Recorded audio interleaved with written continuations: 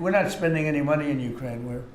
We're selling basically missiles and everything else to NATO, and NATO's paying us, and then they distribute it to who they want. I guess they're mostly distributing to Ukraine, but we're not spending money. But you know what we are? We're spending a lot of time and a lot of effort, because last month 27,000 soldiers were killed. We discussed Ukraine in pretty strong words, and we'll see what happens. I mean, we're waiting to hear answers before we progress. You know, and I do say, you know, at what point, when do they have an election in Ukraine?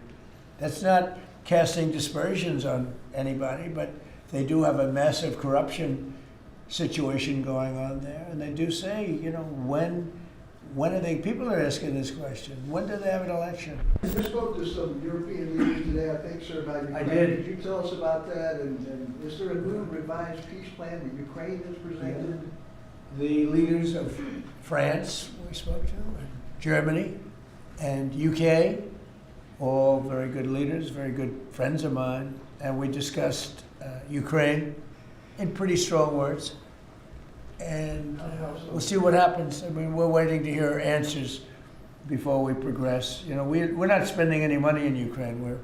We're selling basically missiles and everything else to NATO, and NATO's paying us, and then they distribute it to who they want. I guess they're mostly distributing to Ukraine, but we're not spending money. But you know what we are? We're spending a lot of time and a lot of effort, because last month 27,000 soldiers were killed. Both, think of it, 27,000. That's, if you take a football game and take half the stadium, that's 27,000.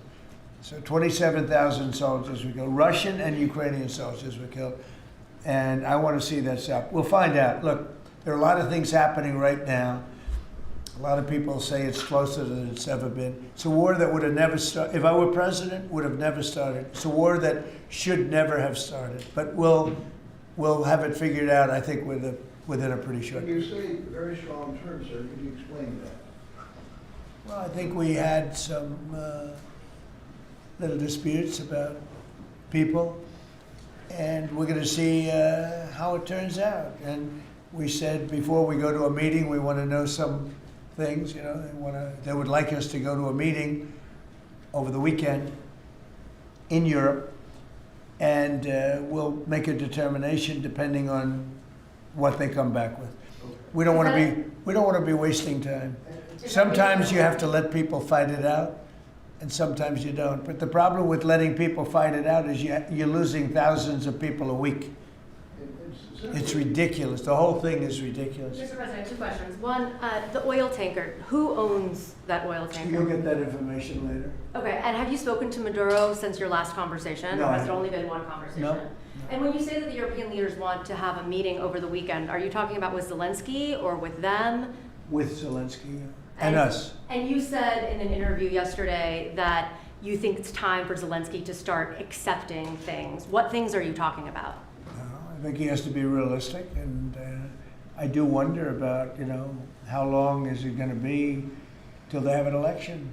You know, it's a democracy. It's a long time. They haven't had an election in a long time. It's losing a lot of people, and it's possible that the people, you know, if you look at the polls, I will say 82%, there was a poll that came out, 82% of the people are demanding a settlement be made, Ukrainian people. They want to see a settlement be made. I understand that.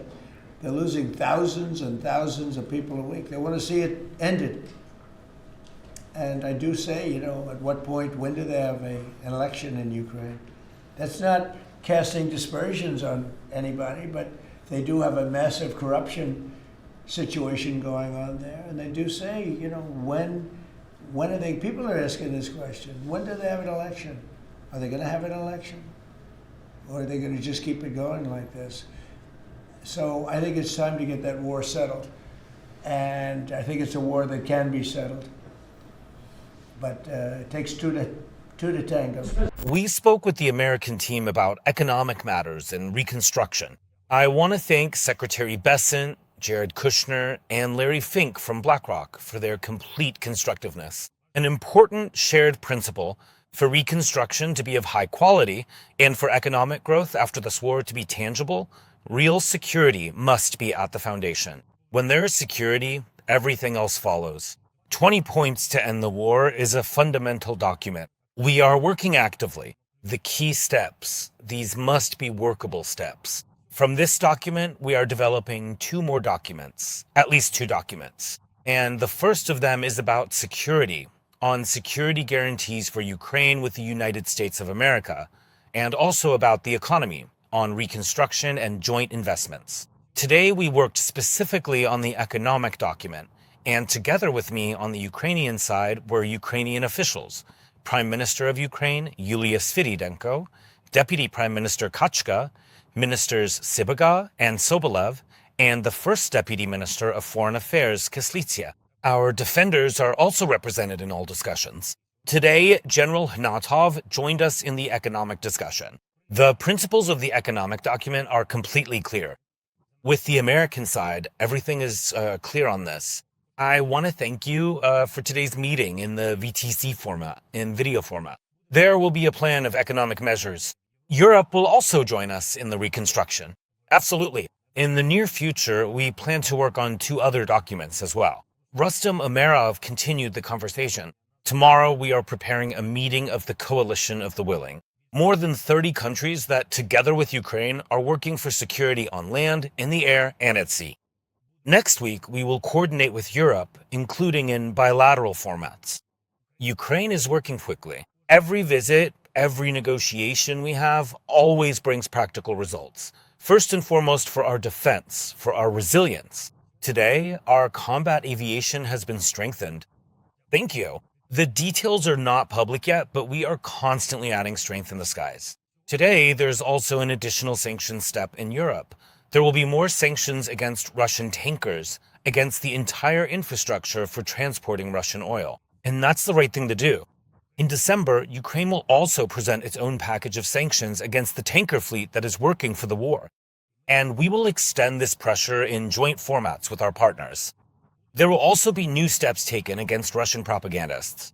Today, there was also a report from the head of the Foreign Intelligence Service of Ukraine, including on the economic situation of the enemy and the growing dependence of Russians on China. In Russian history, no one has ever surrendered sovereignty so much in favor of China or any other stronger nation. It's phenomenal how much Putin is willing to pay just to avoid ending this war. But the world still has enough power to end this war, to force Russia to do so. Peace. We need peace. I want to thank everyone who is helping. One more thing.